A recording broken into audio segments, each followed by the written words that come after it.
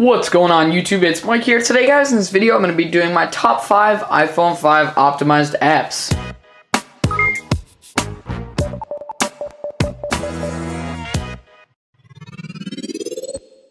Now I've never really done a video like this, but since on the brand new iPhone 5 there is a bigger screen which happens to be 4 inches, I figured that I would make a video on my top 5 applications pretty much that I use day to day and absolutely love.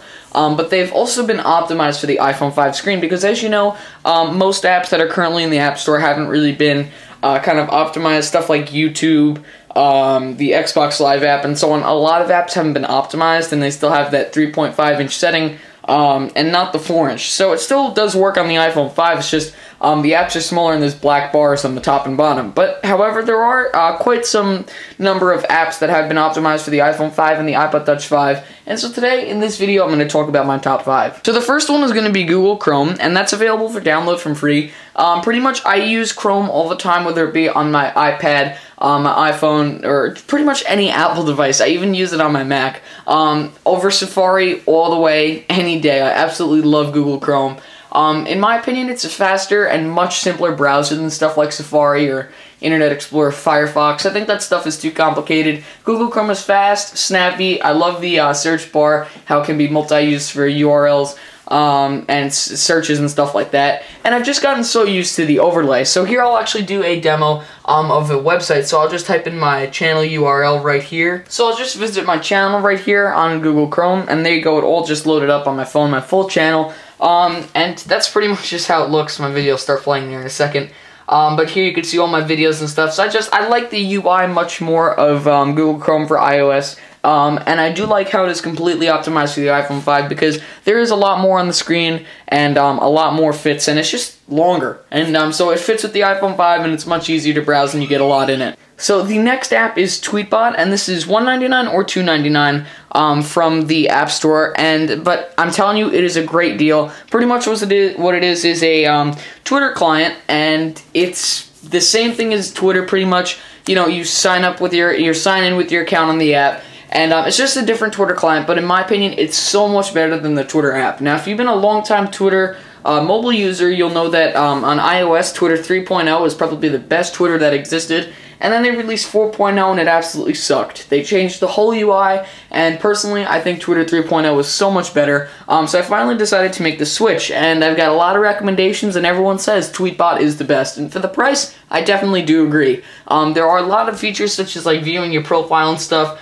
Search, personal messages, it's just all integrated. There's a bar of 5 of them, 5 options here. You can see your tweets, your replies, messages, search bar, your profile, and so on. You could switch your profiles right off the bat here. I just don't have any in. It's just my single one, and I just think tweeting is very easy. The app is very nicely polished and designed. I've gotten very used to the UI of Tweetbot. It's very different from what you get on Twitter's app, but I do like the UI of Tweetbot a lot, and I have gotten used to it. And the other day, I switched back to the Twitter app just for a second to see if they updated it. And I'm telling you, Tweetbot, in my opinion, is so much better. A lot more features, and it just packs a lot more into it. And beautifully optimized for the iPhone 5. You see more tweets. You see more when you're tweeting, and so on. So definitely gotta love it, especially on my iPhone 5.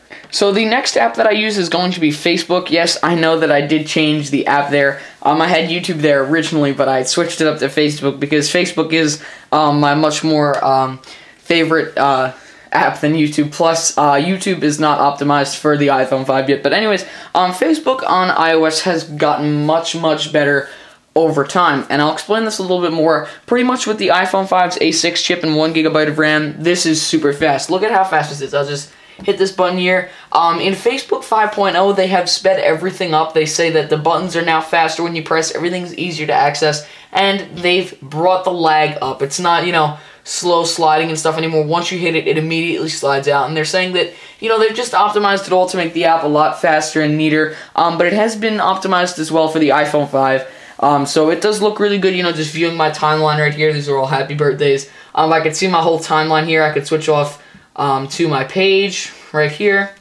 and I could just take a look at that, for example. So here's my Facebook page. I could see all that. And so I gotta say it's one of my favorites because I do use Facebook on my phone a lot to check my friends and updates and wall and stuff. And so it has been optimized for the iPhone 5. It's a lot bigger. and easier to see, and I do use it day to day for sure. And then the rest of the apps that I have here are going to be games. This one particularly is Minecraft for iOS. Now, if you don't know me personally, I am a big Minecraft player, mainly on the Xbox and the PC, but I do have Minecraft Pocket Edition, the full version. Now, this is going to cost you $6.99 in the App Store. I gotta say, though, it's worth it. It's definitely a time waster. Well, not waster, more of a time killer. But pretty much you just build stuff just like on the regular Minecraft. If you don't know what Minecraft is, it's pretty much a big sandbox game where you just build tons of creations and stuff. Right now I'm flying in the air, but this is just an example of some of the stuff that I've actually built on this map, in this map particular. So definitely go check it out if you just want to, you know, kill some time. It's a lot of fun. It's a very addicting game. I remember when I first played Minecraft, I couldn't get myself out of it. And then the last app is another game called Touchgrind BMX. This is one of my favorite apps as well. This is a BMX game pretty much. It's from the creators, Illusion Labs, who also originally created Touchgrind as well. They have pretty much the same name, except the original Touchgrind is skateboards, and this one is BMX bikes, which I definitely prefer over skateboards. And pretty much you just run around on this this bike here, any color BMX you want, any color, any style BMX. You know, it really depends up to you. And there are different maps and different levels and stuff, and it's, you know, it's not sideways like you'd get with Touchgrind. It's straightforward and like vertical, not horizontal. That's what I meant.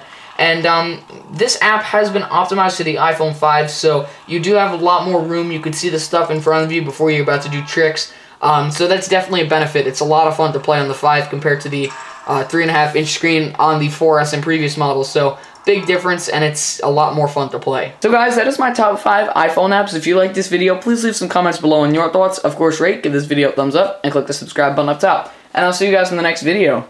Peace.